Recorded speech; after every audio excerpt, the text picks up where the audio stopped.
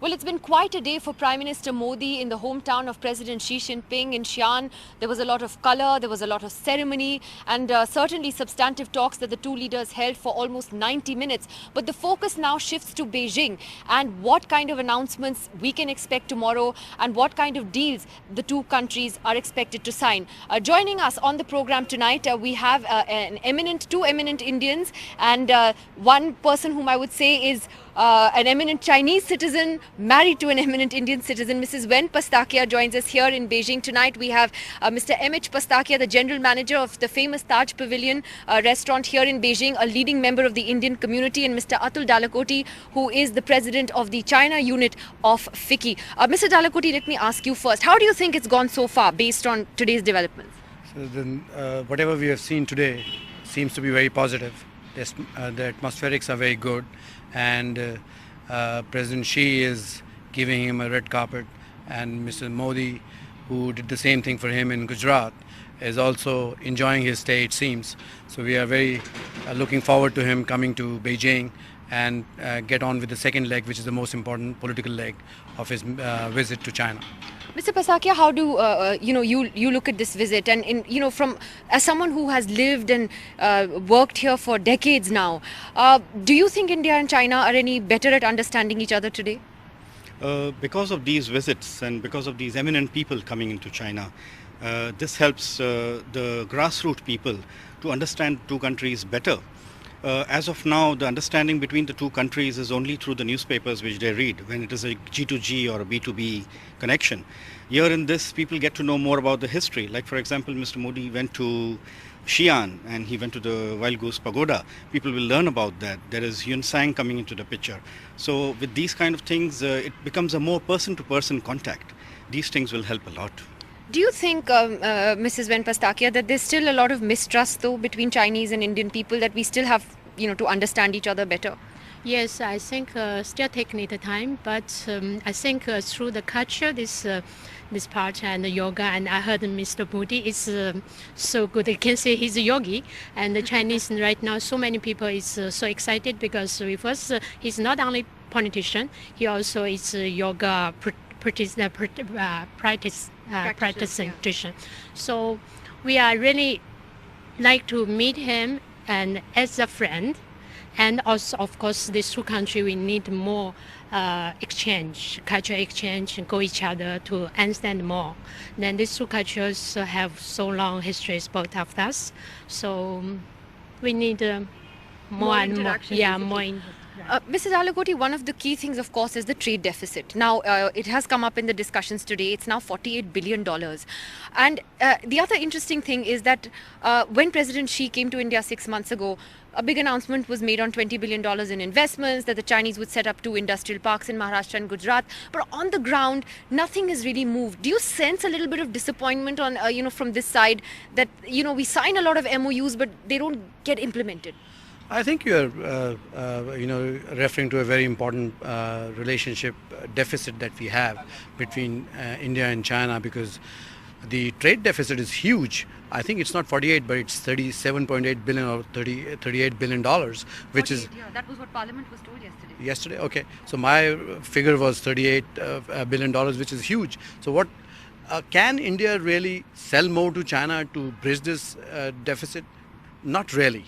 There's not much to be done. So what we really think is the investments into India is a very important thing. That's why what you say that this $20 billion promise which was made during President Xi's visit to India was very important. Now this year, this visit we are signing contracts worth $10 billion, and we have a pitch for Make in India. We want the Chinese to go there.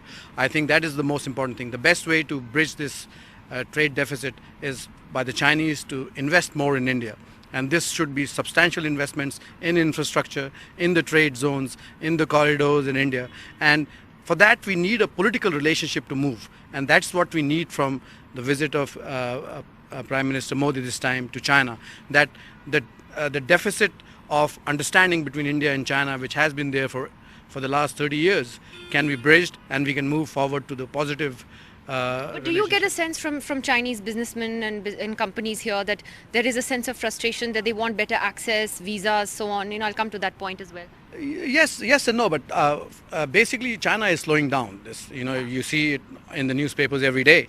So China needs international markets, and I think the Chinese look at India as a big market of 1.2 billion people, a fast-growing middle class, and we are pretty similar economies. So like US and Europe trade so much together because they are at the same level. India and China are also very similar economies, so we can trade much more. So I think we should look at these things as a whole package, not as import and export and investment separately, and put it together. And we have to learn from the Chinese. The Chinese in the past 30 years have been able to develop their economies. They have the Made in China whole initiative, which has done very well for themselves, and now they are moving up the value chain. We are still trying to make in India, and there we should cooperate and work with the Chinese together to make it happen. How important then is the issue of e-visas? Because from what we have heard, this is likely to be announced tomorrow. E-visas for Chinese tourists in particular, overriding all the security concerns. Is this something that was long overdue, or there are concerns in the security establishment in India about whether this should be done? I presume that the e-visa should have been done much earlier, because we are two big chunks of population which want to see each other. And when we talk about this, we talk about ease in travel. And ease in travel, the first step is the visa itself. And if the visa system becomes easier, it will be much more better, especially when the next 2 years, including this year and next year. This year is supposed to be the Visit India year, where most of the Chinese would like to go and visit India. And India has opened their doors to the Chinese tourists. And if this e-visa comes in, we can expect much more tourists coming into India, much more businessmen trying to go to India. Next year is going to be Visit China year from India. So in a sense, is the security establishment in India a little paranoid? Probably could be that way, but otherwise e-visa might make it much easier, because it's a matter of applying those papers, and it's one visit less to the visa center. Yeah. Do you think, how do you think the perceptions of India have changed among Chinese people, over the last decade or so? What's different? Has something changed? I fear it's because since 1995 I have been in India, so this is a few years I go to India quite often. But I think the Indian most attract China is first like Buddhist religions, and of course and the yoga. And myself also is Buddhist, so it's not of Chinese people they rush to the India and they try to see the Indian Buddhism and this is a culture heritage. It's very important, and it's like diamond in India. But for us go to India sometimes very difficult, because language and as well as this road, transportation is quite difficult for us. So this is really, I think it need to change. And of course the Indian can come to China. Also Chinese, this language and the food problem, because India most of people is a vegetarian and Chinese people is vegetarian, not so popular. So this both country have to keep balance. Yeah. Let me just finally ask you, both of you, Mr. Jalakoti first, on the issue then of politically getting the two countries closer. Today as we speak, there is a controversy breaking out on Indian social media, in particular over CCTV showing the map of India without Jammu and Kashmir and Arunachal Pradesh. Okay, so that in a sense reflects once again the difficulties that the relationship has. We've also seen the Chinese actually have been more aggressive, haven't they, on the issue of Arunachal in recent years in particular? I was a student of history in the Beijing University, so I try to see it from a historic perspective. And we have a history of 4,000 years of good relationship with China. The past 30-40 years have been a bit rocky. But we need to work together to find ways to move forward. I think this relationship is a very important relationship. If 21st century has to be a century of Asia, which it will be, I think we need to engage with each other. We need to work with each other. These small problems of the border, which is a historic problem, once again, can't be solved overnight.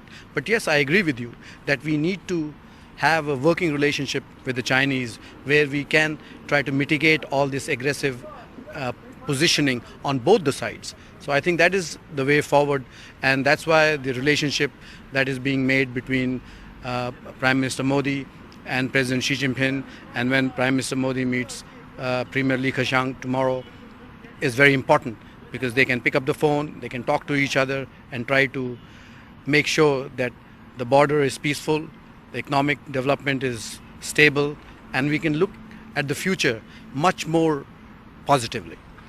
Final question to you. Do you share that optimism? Because there are so many contentious issues. The border is one of them. Chinese investments in POK is another. The maritime Silk Road issue is still something India has concerns about. There's a whole list of problems.